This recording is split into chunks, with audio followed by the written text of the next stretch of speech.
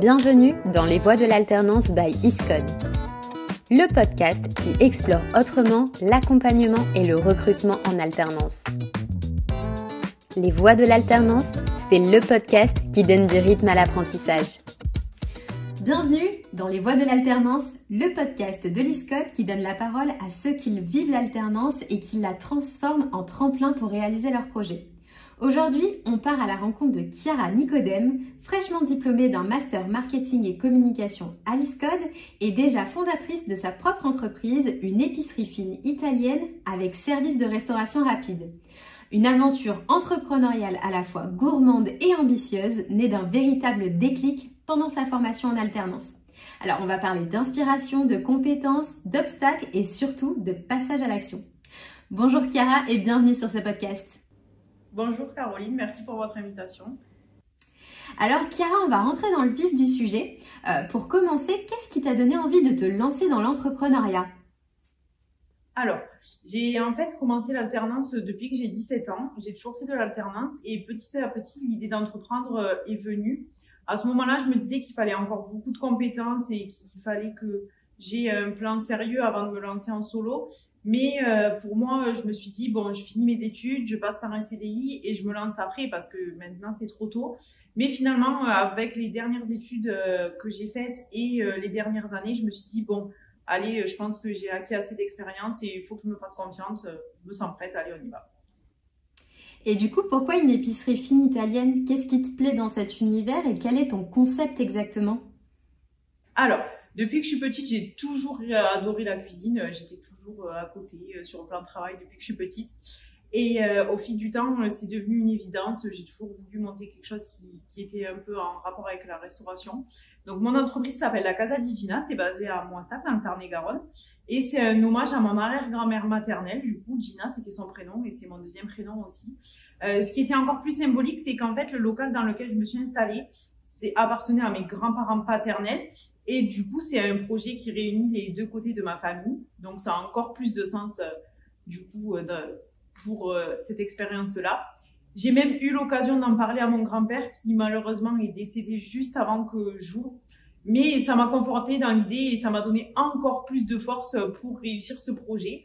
Donc, aujourd'hui, le concept, c'est une épicerie fine italienne avec une partie de restauration rapide avec des pâtes fraîches et aussi des box apéro sur place ou à emporter. L'idée, c'est de faire découvrir des produits authentiques et de recréer ce qui pour moi représente l'Italie, c'est-à-dire le partage, la famille et la convivialité. Waouh, c'est ultra intéressant et c'est une très belle histoire du coup que tu aies réussi dans ton concept à réunir les deux parts de toi. Je trouve ça extrêmement touchant. Du coup, tu as suivi un master marketing et communication à l'ISCODE et en quoi cette formation, elle t'a aidé à structurer ton projet, à mieux comprendre les enjeux du lancement d'une entreprise ? Alors, cette formation-là m'a beaucoup aidé dans la construction du projet parce que bien sûr, il y a tout l'aspect marketing et communication, mais c'est aussi une vraie partie management et des cours liés à la création et à la structuration de l'entreprise. C'est tombé au bon moment parce que j'ai commencé à réfléchir sérieusement à ce projet dès la deuxième année du master. J'ai pu m'appuyer directement sur les cours du coup et pour aussi avancer petit à petit, j'ai aussi eu l'aide de ma learning coach qui a été d'un grand soutien de ce côté-là. L'exemple très concret, c'est les cours de comptabilité parce que j'avais jamais vraiment fait de comptabilité avant et ça m'a permis de comprendre les enjeux financiers et de mettre les chiffres sur les idées parce que les idées c'est bien mais il faut que ça suive derrière. Donc, ça m'a donné plus de clarté et plus de confiance. Et aujourd'hui, je vois à quel point les cours de communication m'ont aussi été utiles parce qu'il y a beaucoup de clients qui nous parlent de notre compte Instagram, de notre compte Facebook et qui nous disent que ça se voit que c'est travaillé, que ça reflète une réelle stratégie.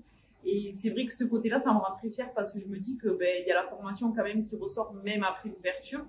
Donc, le vrai déclic, ça a été de réaliser que j'avais toutes les cartes en main et toutes les compétences, le soutien possible. Et à ce moment-là, je me suis dit, bon, allez, c'est maintenant, on y va et on fonce. Ah, c'est trop bien. C'est ultra intéressant de voir comment en fait une formation t'a amené sur un projet qui est quand même transverse parce que c'est pas en lien direct avec le marketing et la communication. Néanmoins, ce sont vraiment des atouts transférables que tu as su mettre à profit dans ton projet et je trouve ça ultra enrichissant et bravo. Déjà bravo, ouais. Vraiment bravo. Merci pour beaucoup. ce que tu as fait. Donc tu étais en alternance pendant ta formation et quel a été l'impact concret de cette expérience professionnelle sur ton projet justement? Alors l'alternance c'est le vrai impact parce que c'est de là que ça a commencé. Ça m'a permis d'acquérir des bases solides et hyper concrètes pour continuer. Et j'aurais jamais pu apprendre uniquement en cours. Et même je pense que je serais jamais allée jusqu'au master sans l'alternance parce que c'est un rythme qui t'aide à avancer et qui t'aide à comprendre que c'est ça vraiment que tu veux faire ou pas parce que tu as l'expérience du terrain. Et en même temps, ça m'a fait prendre conscience de quelque chose d'important, c'est que j'avais pas envie d'être toute ma vie au service d'un employeur. J'ai d'ailleurs quitté mon entreprise un mois avant la fin de ma formation parce que ça correspondait plus à mes envies ni à ma vision et que j'avais déjà ce projet dans ma tête que j'avais vraiment envie de mettre en œuvre. Donc c'est vrai que l'alternance, c'est une chance incroyable pour apprendre et pour tester ses compétences. Après, ce que je trouve dommage, c'est que c'est encore trop sous-estimé l'alternance. On ne fait pas assez confiance à des gens qui n'ont pas d'expérience. Oui. Et c'est un peu dommage. Après, c'est vrai qu'on utilise trop d'entreprises, utilisent encore les alternants pour des tâches secondaires, on va dire, et pas assez sur les tâches principales. Mais c'est vrai que j'ai quand même vu depuis le début de mes 17 ans que ça a évolué au fil du temps et ça vraiment, ça fait plaisir. Oui, tout à fait.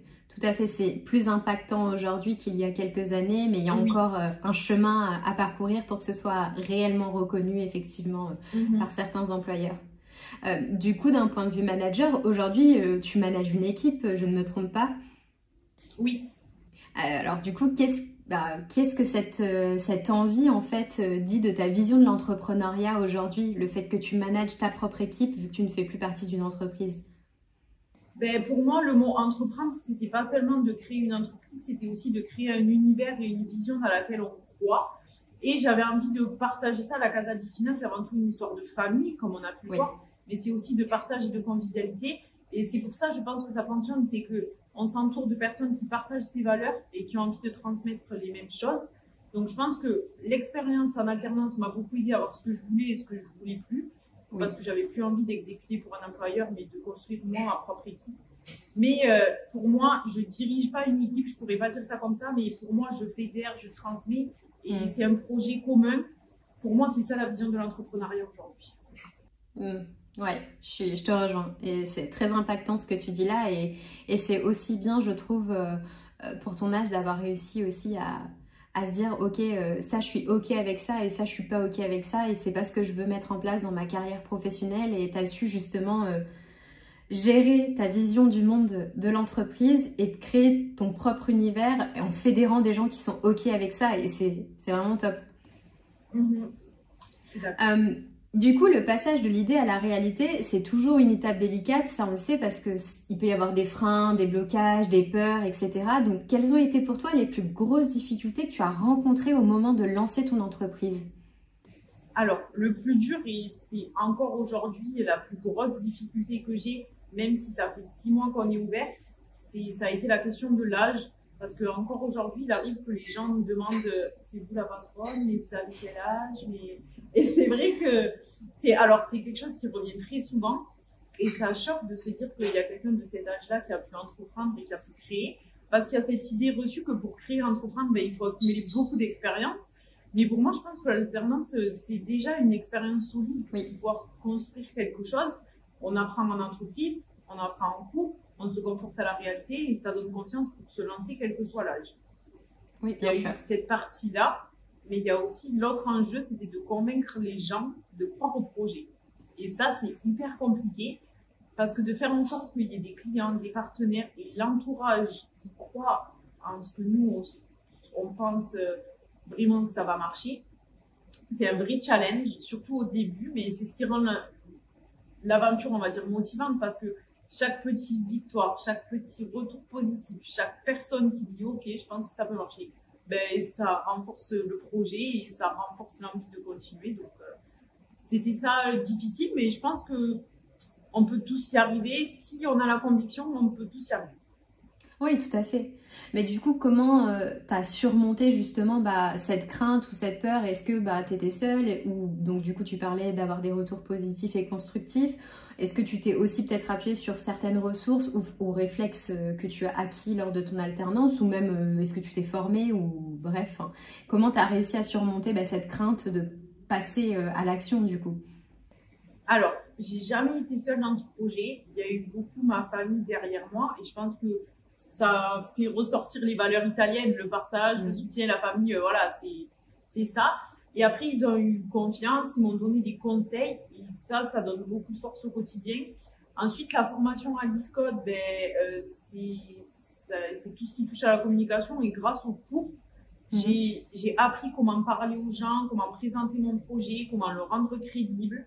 Et c'est vrai que ces compétences m'ont permis de surmonter des doutes et de convaincre les clients, les partenaires et moi-même même, parce qu'au début c'est compliqué de croire en ce projet, mais je pense que je les ai bien convaincus en ayant une communication un peu particulière apprise pendant les cours.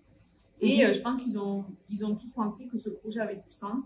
Donc je dirais que c'est vraiment l'alliance du soutien humain et des outils qu'on peut trouver en formation qui m'ont permis de franchir les obstacles et de surmonter tout ça.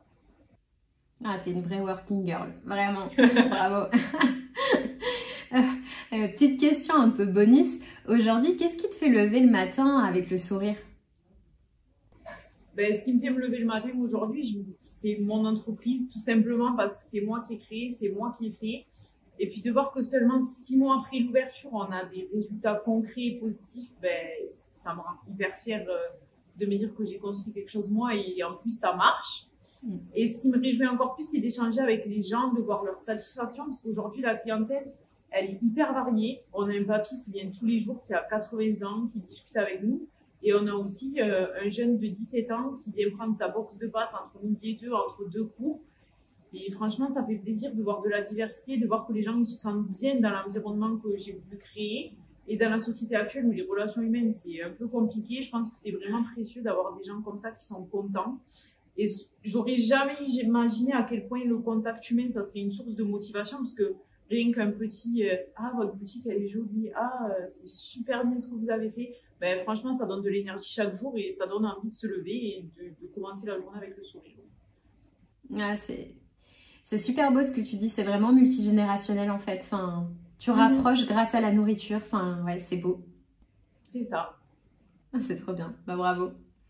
Si tu devais parler à un ou une apprenante de l'ISCODE qui pense à créer sa boîte juste après son diplôme, qu'est-ce que tu pourrais lui dire? Alors, c'est compliqué parce que j'ai pas eu ce conseil-là. Mais si je devais parler à un ou une alternante de l'ISCODE qui pense créer sa boîte, je lui dirais que si toi tu y crois, alors ça peut marcher. Il faut juste que toi tu y crois pour que ça marche. Il faut pas se laisser freiner par les critiques sur l'âge, sur l'expérience, etc.